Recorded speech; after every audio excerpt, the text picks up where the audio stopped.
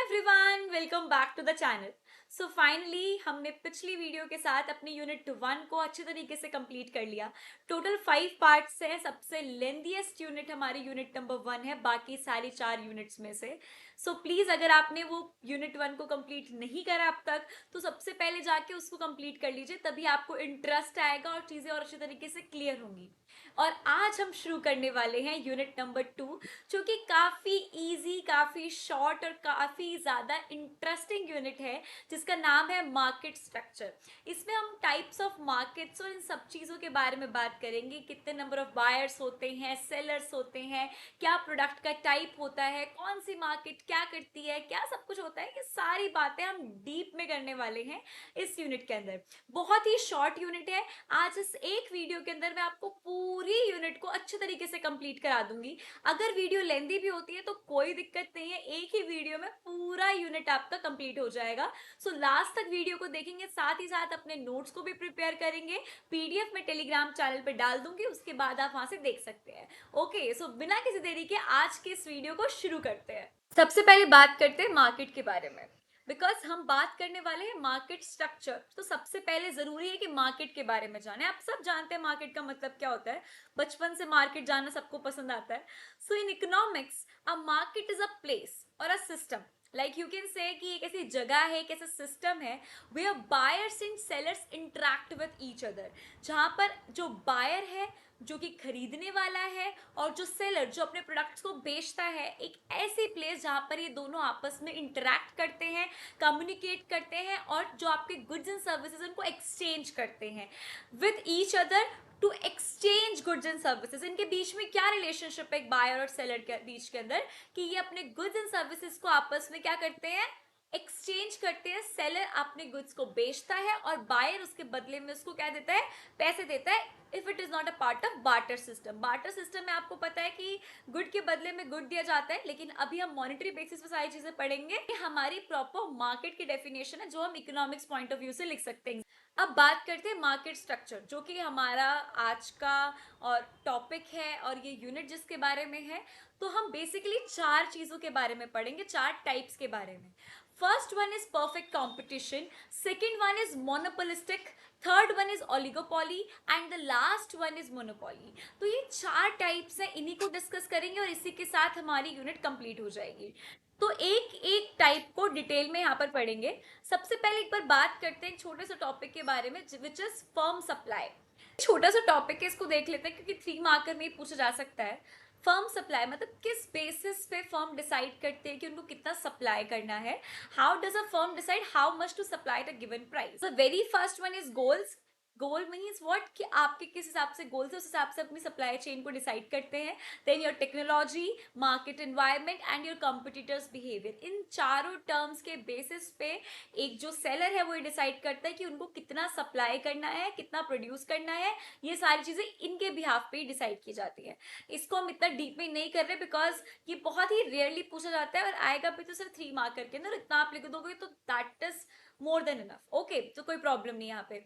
उसके बाद हम बात करते हैं जो मुद्दे की बात है, जो सबसे इंपॉर्टेंट है। Very first one type, perfect competition, large number of buyers and sellers.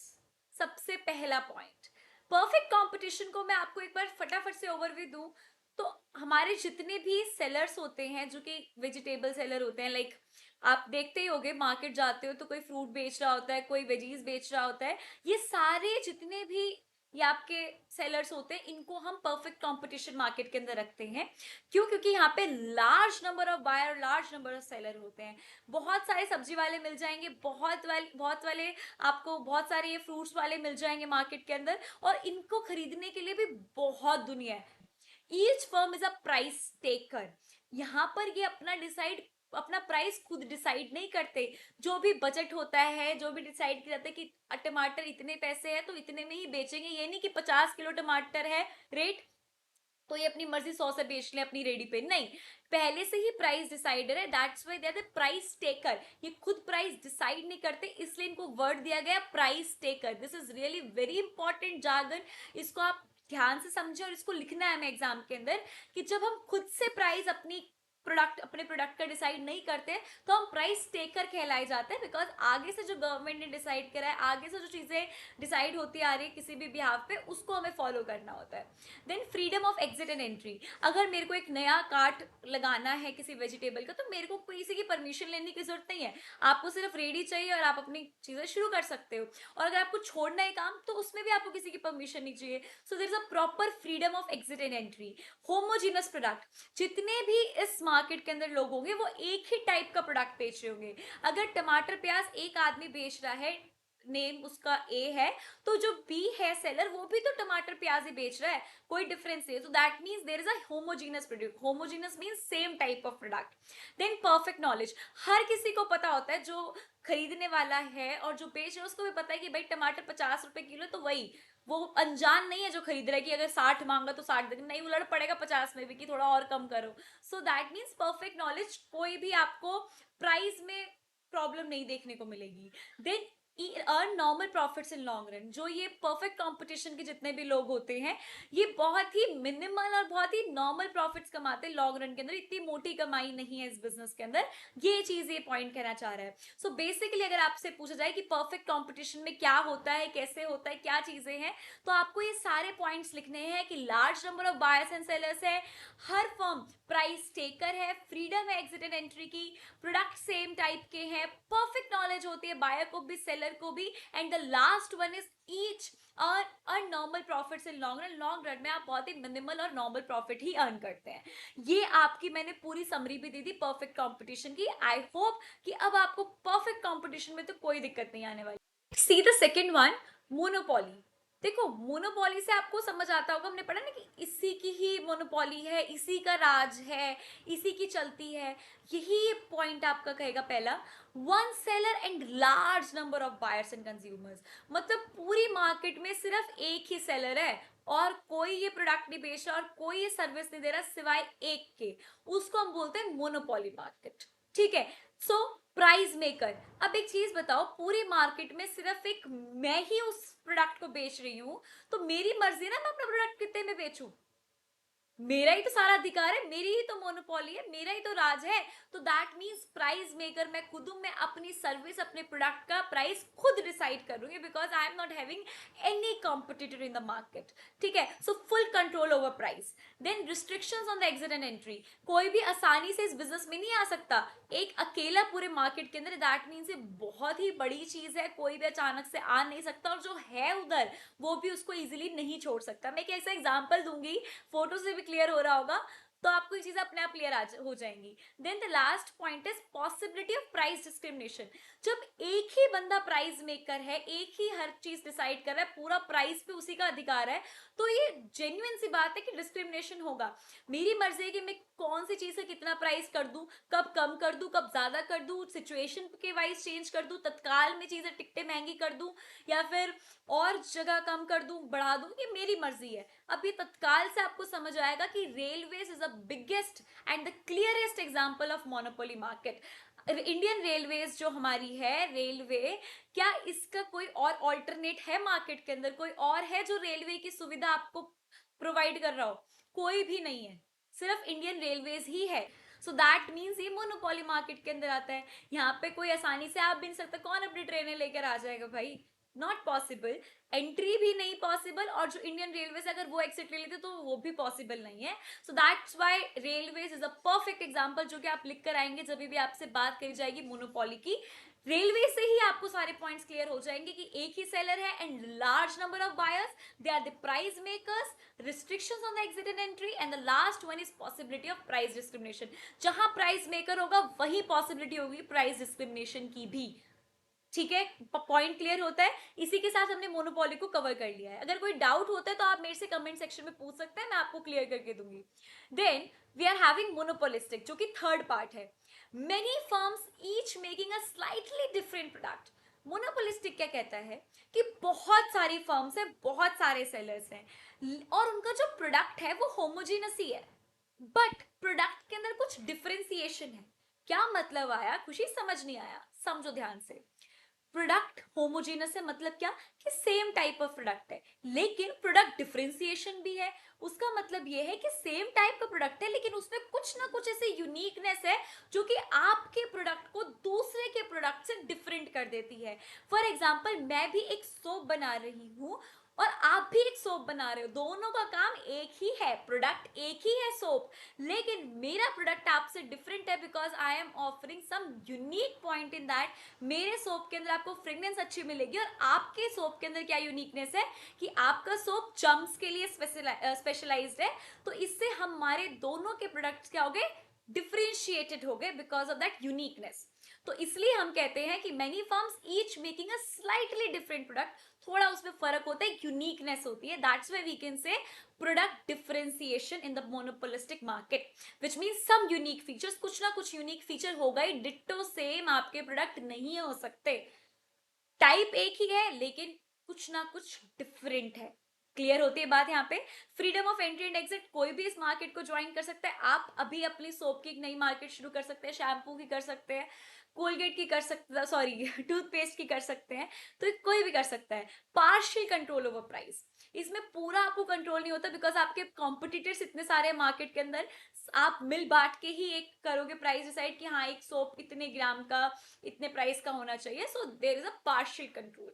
ठीक है, पूरा पूरा कंट्रोल नहीं होगा और बिल्कुल भी कंट्रोल नहीं होगा, तो एक पार्शियलिटी होगी यहाँ पे, पार्शियल वाले लेवल पे होगा। So this is what monopolistic. देखो मैंने यहाँ पे एक पिक्चर लगाई है, this is a perfect example, soap, shampoos, toothpaste, आप किसी का भी एग्जांपल दे सकते हैं, ठीक है, क्योंकि देखो Dove, Himalaya, Medimix, Cinthol, number one, Santoor, ये सारा एक ही काम है इनका, साबुन है ये सारे, लेकिन इनके अंदर कुछ ना कुछ यूनिकनेस है जो कि इनको अलग बनाती है, इनकी ब्रांडिंग अलग अलग हो जाती है। पॉइंट क्लियर होता है यहाँ पे। इसी के साथ हमने थर्ड टाइप को भी कवर कर लिया। अब बचती है लास्ट, विच इज ओलिगोपॉली। बहुत ही रिची रिच टाइप है ये।